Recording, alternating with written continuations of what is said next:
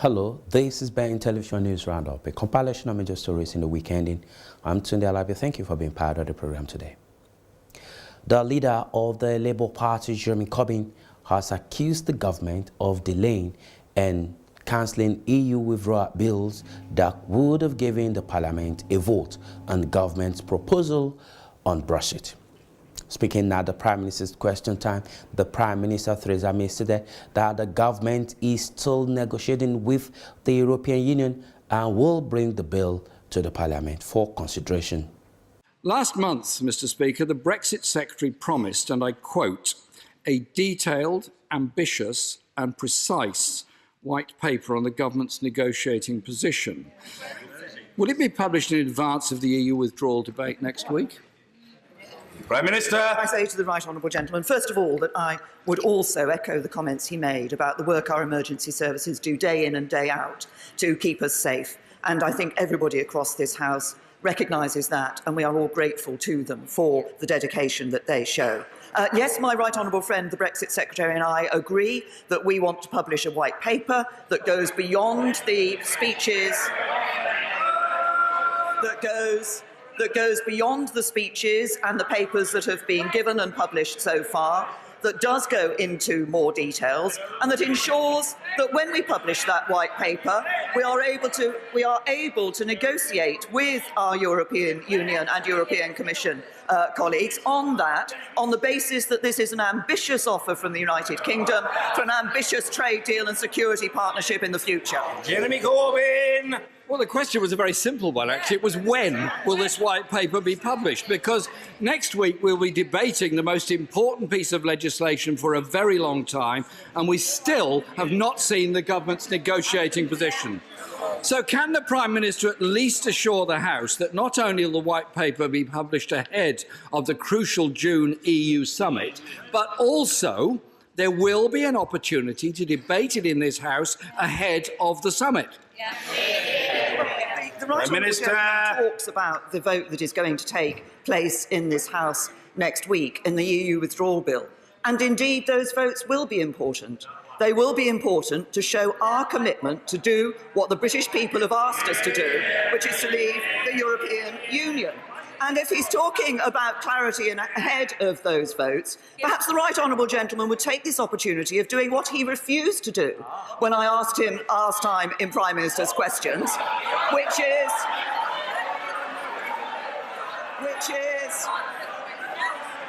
is to stand up. Order! Mr. Yassin, calm yourself. You're normally a model of calm and repose. Relax, there's a long way to go. Prime Minister. Thank you, Mr. Speaker. Perhaps the right honourable gentleman would like to take the opportunity of doing what he refused to do 2 or 3 weeks ago in this chamber, which is to stand up and rule out a second referendum. Jeremy Corbyn! Mr. Speaker, the last time I looked at the order paper, it said Prime Minister's question time. And we were told, Mr. Speaker, 3 weeks ago, to a great deal of fanfare, that this document, this white paper, would set out the government's ambition for the UK's future relationship with the EU and their vision for a future role in the world. It's nowhere to be seen. No answer is there as to when it will be published. 4 weeks ago, the Prime Minister did confirm that the Cabinet was looking at 2 options for a future customs arrangement with the EU, a customs partnership model and a maximum facilitation option. Can the Prime Minister now tell us which of her subcommittees has met, what decisions they've made, when they're going to report to the Cabinet, and will we be told about it? Prime Minister. Can I say to the right honourable gentleman that we have already set out our ambition for our future relationship with the European Union, but crucially, what we are doing as a government is delivering on the vote of the British people, which is to leave the European Union. And I know that the right honourable gentleman, I didn't ask him a question. I simply suggested that he could stand up and say what the Labour Party policy was on a second referendum.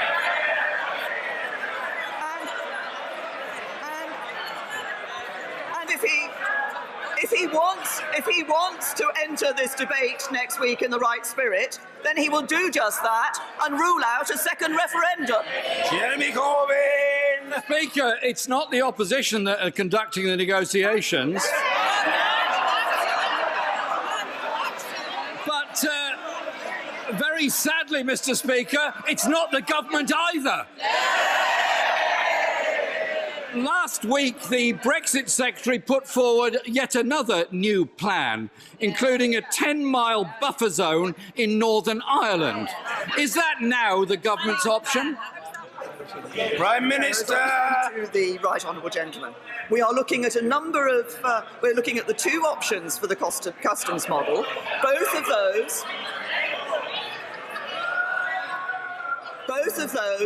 of those will do what we have committed to do, which is to ensure that we deliver no hard border in Northern Ireland.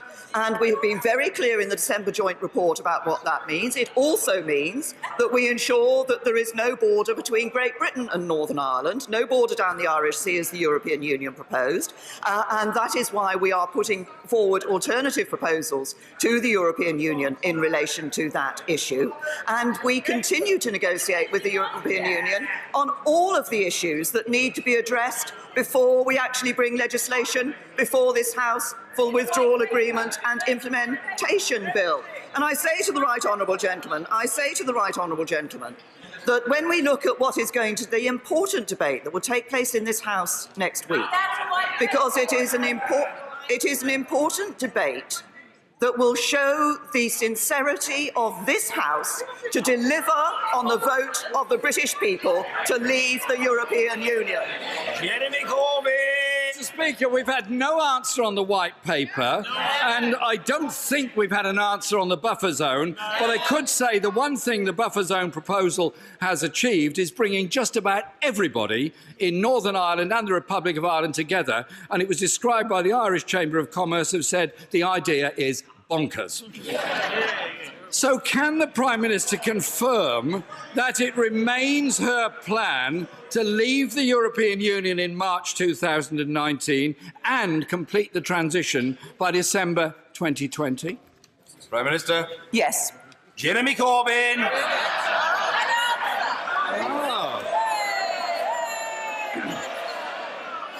Well, Mr. Speaker, I look at the faces behind her and they're not all of one on this matter.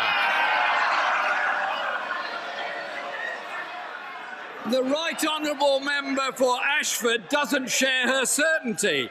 He said there will be a transition period that will follow her implementation period.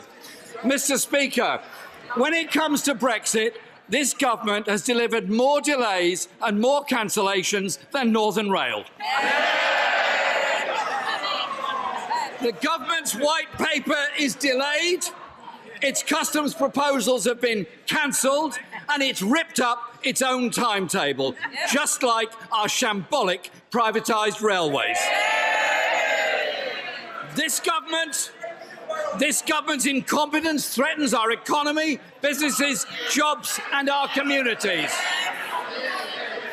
So my question to the Prime Minister is this: which will last longer, the Northern Rail franchise or her premiership? Prime Minister! Can I say to the right honourable gentleman that if he's not willing to stand up in this House and talk about the Labour Party policy on Europe, we actually learned a little today from the shadow Brexit Secretary about the Labour Party's policy on Europe, where he made clear that it was a pretence. And I quote, a pretence that somehow everybody in the Labour Party is in the same place on this. So now we know what the right honourable gentleman is. Labour voted for a referendum. They voted to trigger Article 50. And since then, they have tried to frustrate the Brexit process at every stage. Their MEPs voted against moving on to negotiate the trade discussions. They voted against the withdrawal bill. Today we saw again they are refusing to rule out a second referendum. The British people voted to leave the European Union, and it is this government that is delivering on the vote of the British people. The Shadow Home Secretary Dan Abbott has criticized the unfairness, injustice and institutional racism in the British immigration system.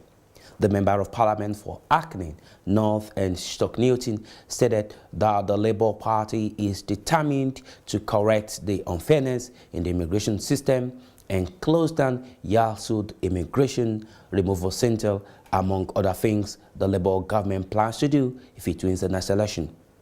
She disclosed this while speaking at the Operation Black Votes Matter. I could make almost the same speech today. It was about the unfairness, the injustice, the institutional racism of our immigration system. And sadly, not enough has changed. And what Grenfell did is that it held up to public gaze what many of us had known all along, how unfair and cruel the immigration system was.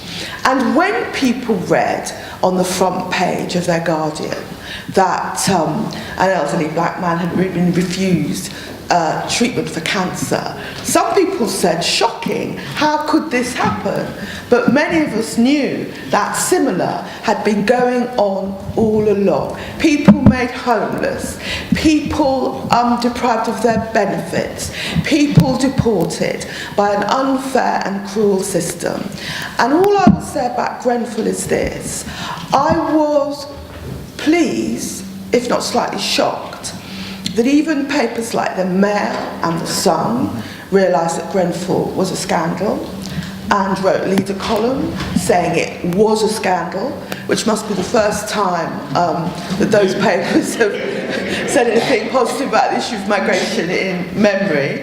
And of course we saw the Home Secretary resign. I played a little part in that, over this scandal. So I believe, and in fact the leader of my party believes, that this is a moment to have a much more positive discussion about immigration.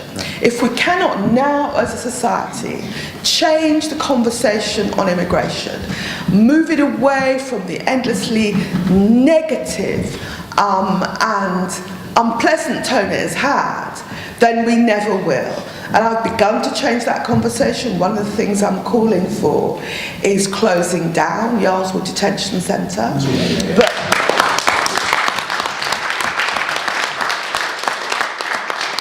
But I have to say that that is just the beginning of the changes in Labour's immigration policy I want to make.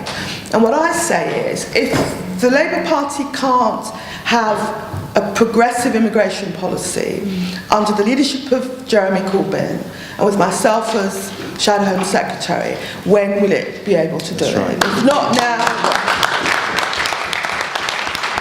The U.S. human rights activist Reverend Hal Sharpton, who was also at the event, stated that the black community faces a backlash every time it advances a cause that betters its community. Because the world watched a royal wedding, but they didn't watch the contradiction. The world watched the royal family bring in a woman of color, but did not watch the deportation of people of color under Windward. Right? So as you welcome one in, you want to deport the children of the ones that built and helped keep the country together. And I said that that is why I want to address some of us, because we need to, while the world is looking at the UK, tell the whole UK story to the world. Because what's happening with Windrush is an undercurrent that it continues with the criminal justice disparities, with the disproportionate marijuana arrest, and the sentencing, and the economic distraught that all embellishes these knife violence and these moped violence. You can't talk about one without the other. Now, If you study history, every time there was a step forward, there was always a backlash. Lee mentioned Marcus Garvey. Garvey got people mobilized, backlash, lock them up, put them in jail, exile him. He died right here in London. That's right. Every time there's a step forward, backlash. So many people in the United States, I stepped outside to do Tom Joyner's show for 5 minutes, Tom Joyner's on about 100 cities in the States, and they're reacting to yesterday's primary votes. And I keep telling African Americans that don't be surprised at a Donald Trump, because every time we make a step, they're gonna push back. They couldn't win the Civil War, so they put blacks in the Union Army. Blacks helped win the Civil War. Lincoln signed the Emancipation Proclamation. Blacks got the right to vote because they promised it. We put 22 blacks in Congress and the Senate. Backlash. Supreme Court took everything back with Plessy versus Ferguson into the decisions of the court. Ku Klux Klan rolled, backlash, on and on and on. So if we thought that we're going to have 8 years of a black man as president of the United States that was going to give us health care and criminal justice reform, and that they were not coming with a backlash, then we were not reading history. Donald Trump is the backlash to Barack Obama. That's right. Yes, true. Brexit, backlash. Italy, backlash. All over the Western world, we're facing backlash. The government of President Donald Trump has identified thousands of Vietnamese that may be deported under the administration's immigration policy. However, uncertain future with those identified following the 2008 agreement between the U.S. and Vietnam, which does not support such deportation. Robert Huỳnh weeps for his brother, who died shortly after coming to the U.S., for his future, and for his 80-year-old mother. I'm afraid that I will not be next to her when she is gone. The son of a black GI, Huỳnh arrived in the U.S. with his mother and 3 siblings in 1984 after the Vietnam War. Now 49 and living in Houston, he never imagined he would be deported back to Vietnam, a country that does not welcome the children of U.S. soldiers. But in 2003, Huỳnh was convicted for dealing drugs and served a 3-year sentence. After his release, U.S. Immigration and Customs Enforcement, or ICE, detained him for another 6 months. Nobody told me that committing crimes could get me deported if I'm not naturalized. No one ever told me that.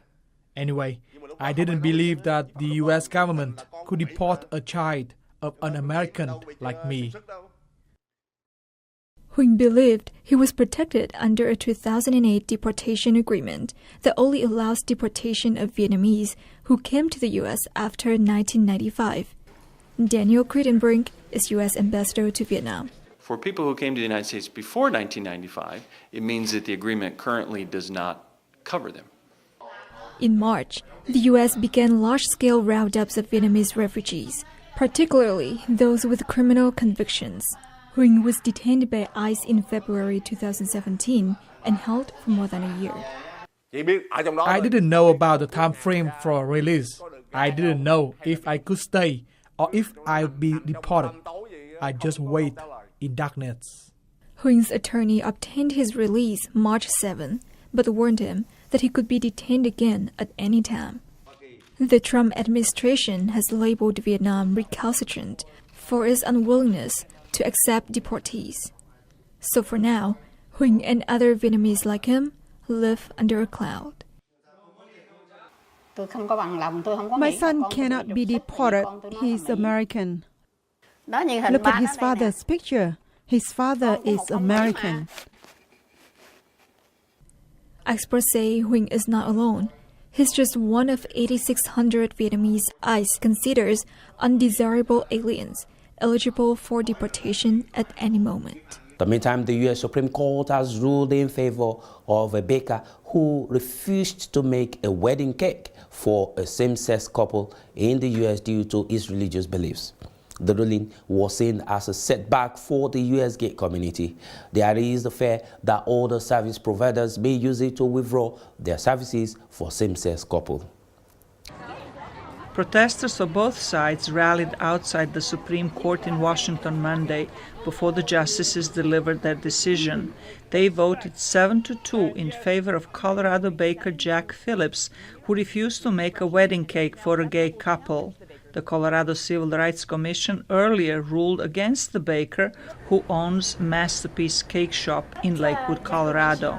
This case was decided because the Colorado was religiously biased against Jack Phillips, didn't show religious tolerance, didn't treat free exercise appropriately, and basically said religious people aren't free to be in the marketplace. And this is a reverse of that. The court made it very clear religious people are free to be in the marketplace. Civil rights advocates expressed their disappointment. Nobody in America, no matter where they live, should have to fear being fired from their job, denied housing, or being turned away from a business simply because of who they are. And we're going to continue to fight for that principle. Susan Block, professor of constitutional law at Georgetown University, told VOA that the ruling did not hurt equal rights as much as it could have.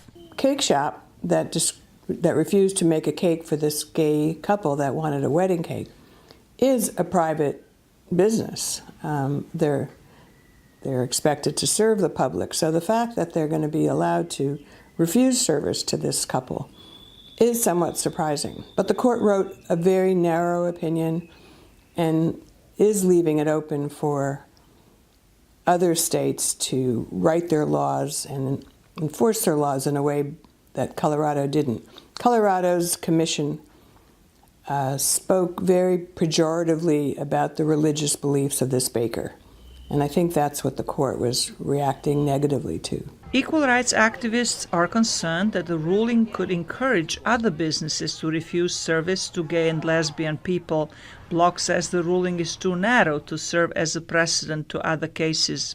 The Trump administration has said it would support the right of a bakery to display a sign saying it does not serve gay customers for religious reasons. With our report, we conclude the news roundup for this week. Thank you for being part of the program. I'm Tunde Alabi. Enjoy the rest of your day. Bye. Regardless resident status abroad, living outside the shores of one's homeland can really be challenging and sometimes very difficult. Let's be sincere, to keep pace with happenings from the host country abroad can really be difficult. Here on Dialogue in Diaspora, we give you every information, every news, every current issue you need to know on happenings outside the UK. Dialogue in Diaspora is your link between the world and the United Kingdom. It's your window to Africa development. Here, live on BEN Television.